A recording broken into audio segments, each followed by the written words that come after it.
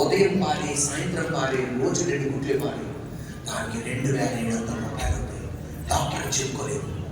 తిరిగి ఇంటికి వస్తుండగా షాపులో అడిగింది, ఎంత అయిందండి పొద్దున పాలకి ఏంటంటే, నెలకు 2,700. ఒక బ్రదర్ గారు ఆమెతో అన్నారంట, బంధువు కాదు, ఏమీ కాదు, ప్రతి నెల మీ బిడ్డలు ఆరోగ్యవంతమై పెద్దలు అయ్యే వరకు మొత్తం నేను కట్టుకుంటాను.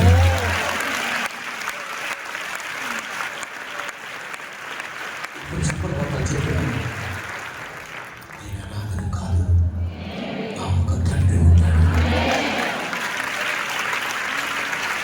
ఈరోజు నీ అవసరాలన్నీ తీరినివే. మళ్ళా చెప్తున్నాను, ఆ వ్యక్తి కాదు నీకు సాయం చేసింది.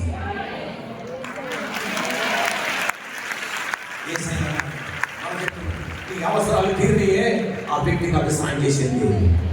ఆ వ్యక్తితో దేవుడు మాట్లాడాడు, ఆ పురుషుడితో దేవుడు మాట్లాడాడు, ఆ స్త్రీతో దేవుడు మాట్లాడాడు, ఆ వ్యక్తితో దేవుడు మాట్లాడి తీర్చాడే.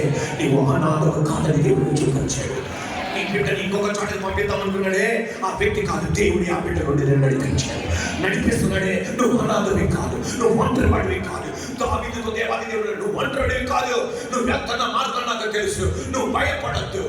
అందుకే యోబు అన్నాడు, నేను వెళ్ళే మార్గం నీకు తెలుసు నాయనా.